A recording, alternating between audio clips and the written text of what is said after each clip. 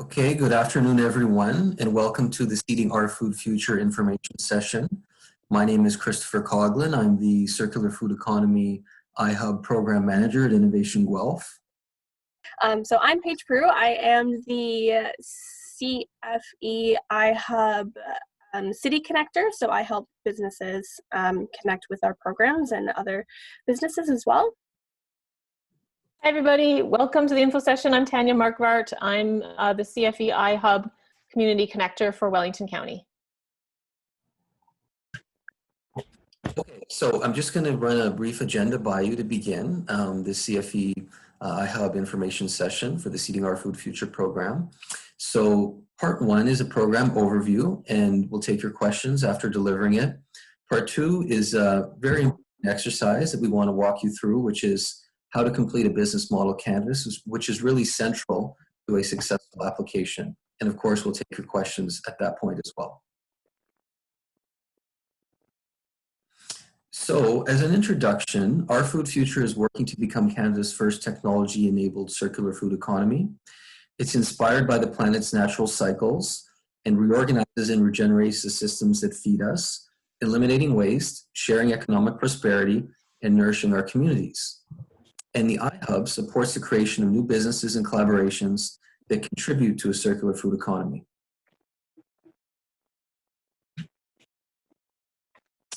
So Seeding Our Food Future is a grant program which offers seed funding, training, and support for 40 new and existing food system businesses, not-for-profits, and social enterprise. And it supports sustainable transition and recovery from current economic shocks. It's really an initiative of Innovation Guelph and the Grow Back Better Our Food Future 10-point recovery plan in response to COVID-19. And is part of the City of Guelph and County of Wellington's overall economic and social recovery efforts. So what the program provides is support and recovery support the recovery, development, and growth of local food system businesses. And we will offer 40 selected companies a non-repayable seed funding grant, $5,000, up to 30 hours of targeted support through Innovation Guelph, a guaranteed spot in the Our Purpose Micro, which is a 12-week program focusing on sustainable practices and business resilience, and that's delivered through Provision Coalition, and the chance to apply for a supplementary interest-free loan for up to $10,000 through Harvest Impact, which is in collaboration with Waterloo-Wellington Community Futures, which Tanya will tell you more about next. Yeah, just a little bit more detail on that interest-free loan. Successful grant applicants will be eligible to apply for that additional $10,000 loan. It's a 0% interest loan. There's no payments for the first year, and it's a 5-year payback period. And you don't have to take the entire $10,000 if you don't want. You can just apply for part of it. So if you're interested in that, please indicate in the grant application that you're interested in doing that. You'll see a little checkbox that you can click there. Okay, moving into eligibility criteria. All applicants must be a business, not-for-profit, or social enterprise located in Guelph and or Wellington County and meet one or more of the following eligibility criteria. So again, you only need to meet one. If you meet more, that's great. So you must be starting a new business or not-for-profit or social enterprise that contributes to the circular food economy, pivoting to a more circular or sustainable business model, implementing circular practices, systems, or processes in an existing business, creating or pivoting an existing business that supports inclusive access to nutritious food, particularly during the immediate crisis, enabling a food system business to effectively use data and technology, or initiating a collaboration that contributes to a circular food economy. And please note that if you or your organization have received funding from Our Food Future already, or any of its implementation teams for work related to Our Food Future specifically, then you're not eligible to apply for this one. But Christopher will talk about some other programs that you may still be eligible to apply for later in this presentation. So with respect to completing your application, as the applicant, you'll be responsible for completing and submitting the online application form, which is available on the partner website. The application form will request basic information about your fit with the eligibility criteria, your existing business or your proposed business, other business support programs that you currently participate in, how COVID-19 has impacted your existing business, what you plan to do with the funds, specific mentorship or expertise that you would find most useful right now, and how the seed money and mentorship will help your business become more sustainable and or overcome the economic impacts of COVID-19. And those impacts don't necessarily have to be negative. We have some people who have experienced real challenges related to COVID-19, but they have also had positive impacts as well.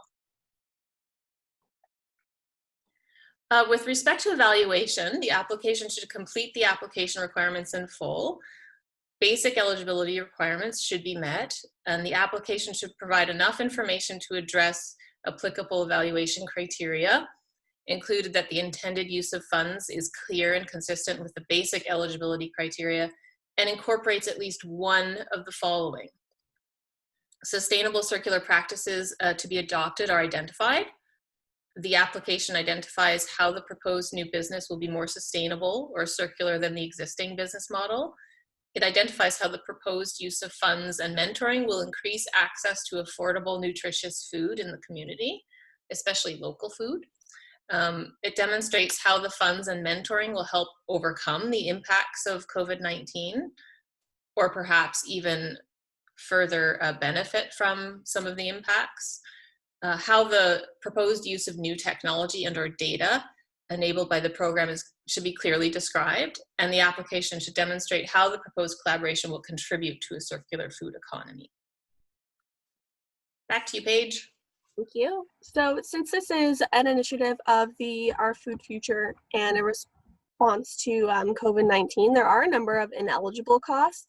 So I'm not going to read them out, but they are listed on the application as well as the program guide. So this is also going to be distributed after our presentation, so you'll have this list as well. So the award recipient agreement process, so when applicants are notified that the funding decisions are reached, successful applicants must enter into a contribution agreement with Innovation Guelph, who will be distributing the funds, register as an Innovation Guelph iHub client and Our Food Future participant, and engage with the CFE iHub team, who will assign a lead mentor and industry specialist based on the recipient's need for specific expertise.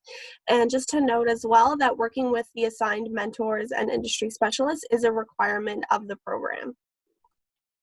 So the funds will be distributed, 50% will be given once necessary paperwork has been completed and a lead mentor is assigned.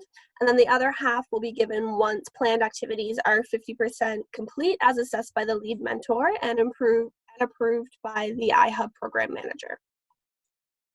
So this is also just a list of the program dates. So as you may know, the program launched on May 27th, and that is when applications opened. June 30th is when applications close. July 15th is when the successful applicants will be announced. And then the program will run from July 15th, 2020 to March 31st, 2021. So we hope that this program is a good fit for you and your needs, but we also have other programs at Innovation Guelph. They range from programs that require minimum eligibility of revenue of $1 million to those that just need $200,000 in annual revenue. We've got an Agri Innovation Accelerator and also a couple of programs for women-led businesses, both nationally and in Guelph-Wellington and Waterloo regions. So at this point, we'd like to ask you if you have any questions based on the sort of first part of our presentation before we move on to the business model canvas exercise. Okay, fantastic. So with that, we'll move on to our business model canvas exercise. Okay, so we're just going to take you through business model canvas and explain what it is and give you some practical examples. So we're going to show you how to fill out a business model canvas, what a business model canvas framework looks like, and examples for a new and existing business before getting into an FAQ. So what we have here is a template for a business model canvas, and there are 9 key components to it. So we have customer segments, a value proposition, channels, customer relationships, revenue streams, key resources, key activities, key partnerships, and a cost structure. And this is really key to your application, just so that we can get a sense of what you're thinking regarding the overall outline of your business. And we don't expect a particularly rigorous or sophisticated business model canvas. We just want to get a general sense of how you're thinking regarding these key components. So when we look at a framework of a business model canvas, and we look at the 9 components, there are a variety of questions that assist us in completing one. So here we have customer segments, and you have to ask yourself, who are you creating value for? Who is the most important segment? For the value proposition, what is your value? What problem are you trying to solve? What needs are you satisfying? What products or services are being offered and to which customer segments? For channels, how are you selling to your customers? What channels do the customers want to be reached through? Which channels are currently being used? And how have you approached each channel phase? For customer relationships, what relationships are expected with each customer segment? Have they been established? How do they integrate with the rest of the business model? How costly are these relationships? For revenue streams, how are you making money?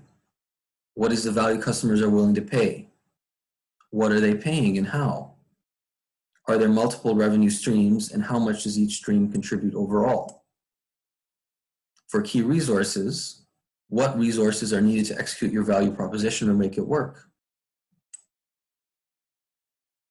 For key activities, what is needed to carry out your value proposition and be successful?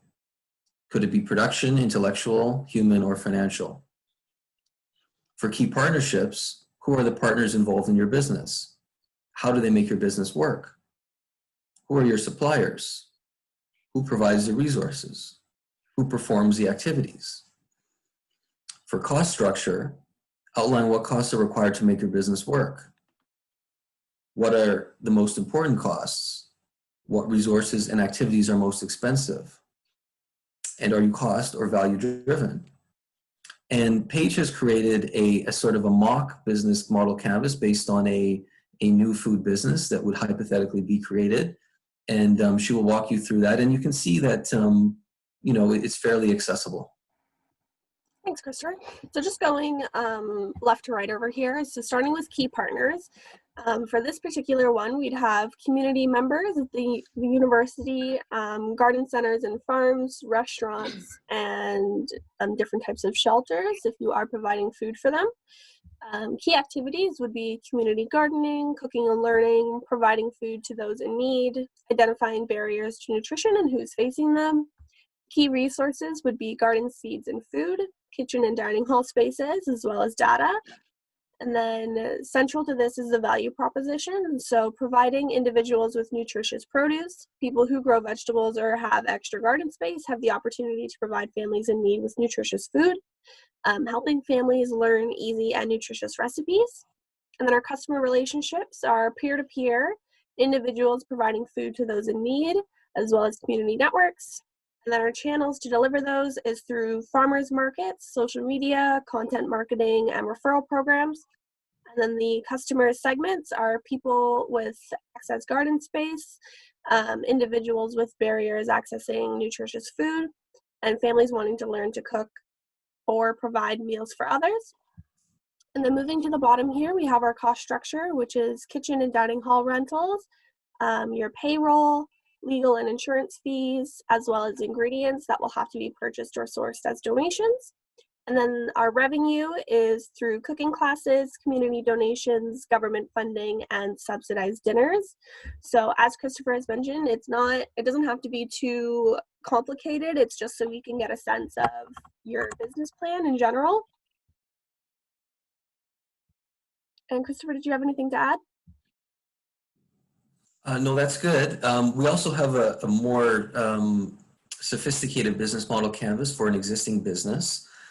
We use Airbnb as an example because it's familiar to everyone. And it just shows you how a business would fill this out and include a little bit more detail. However, what we require and what we would like to see from everyone is something a little closer to what Paige outlined just now. But this just gives you a sense of how far you could go, you know, should you want to add a little bit more detail and should you have a little more experience with your business. And again, really, you can see the value proposition is at the center of a business model canvas, and the other components really reinforce it. So at this point, we'd like to ask you if you have any questions regarding how to complete a business model canvas. I should mention that we really want to encourage applications from a diverse body of firms, of non-for-profits, of social enterprises, women-led, youth-led, all kinds of different county and city businesses. So please just ask us any questions you have regarding business model canvas, and I'm sure that we will be able to show you how your business is you know, a great fit for our program.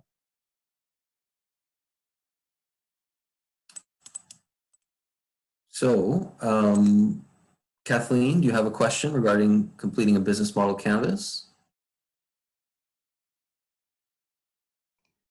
Not at the moment. I think when I start filling out the form and going through the questions, I might have some questions. I did receive funding from Innovation Guelph before, but not through the food seeds or what we just talked about. So I'm a little bit familiar in how to do the business model, but I think I'll have more questions when I do my own application. So thank you. Okay, fantastic. Tamron, do you have any questions regarding how to complete a business model canvas?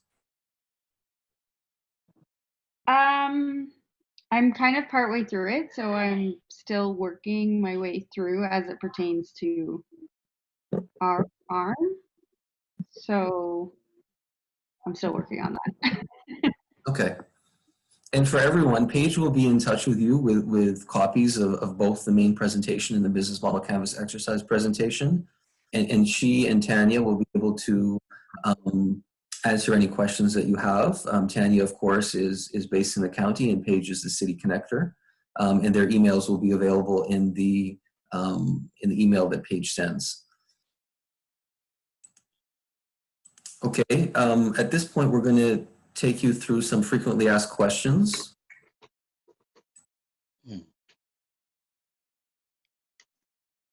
So we wanted to address some concerns and questions that people have asked. So first one is, does past participation in other business support programs disqualify me?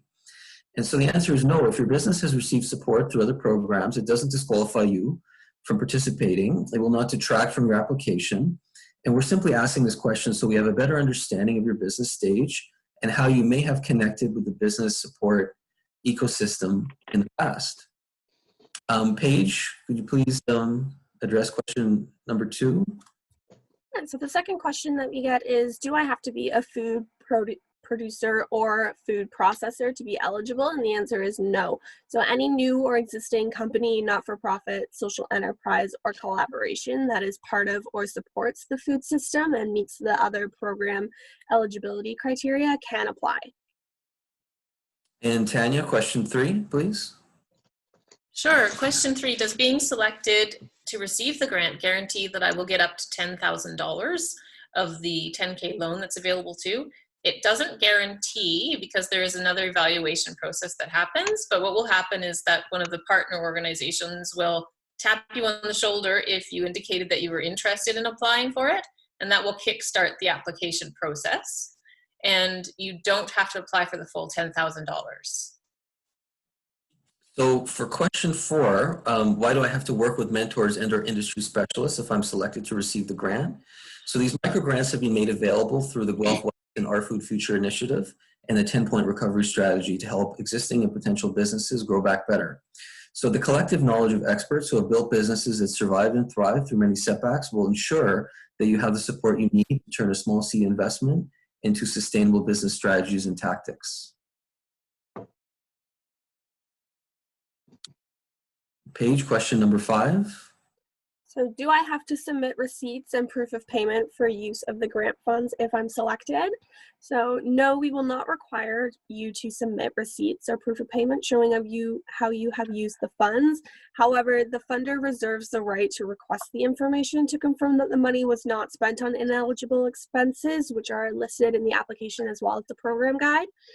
For this reason and for good business practice, you should always maintain proper records and receipts. So for question 6, how many hours of support will I get with mentors and or industry specialists if I'm successful? And do I have input into what kind of expert support I receive? Each successful applicant will receive up to 30 hours of expert support. The type of support you receive will be determined by myself, the program manager, a lead mentor, and you. And this may change over the course of the engagement as you identify different needs. Paige, question 7. So is it possible to discuss my application with someone at Innovation Guelph or one of the partner organizations? So yes, you can. All partners listed in the program guide are happy to answer any questions you have about the program, eligibility, and application process. But just to note, they cannot complete the application for you or provide a predetermination about your chances of success. So you are totally welcome to ask me or Tanya any questions you may have, but we just cannot help you complete the application. And Tanya, question 8. Question number 8, I kind of answered it before, but I'll just repeat that no, you don't have to apply for the full 10,000. If you're successful in getting the 5K grant, and then you indicated on your application that you were interested in the $10,000 loan, then Harvest Impact will notify you and contact you and then ask you how much of that 10,000 that you wish to apply for. Okay, thank you, Tanya.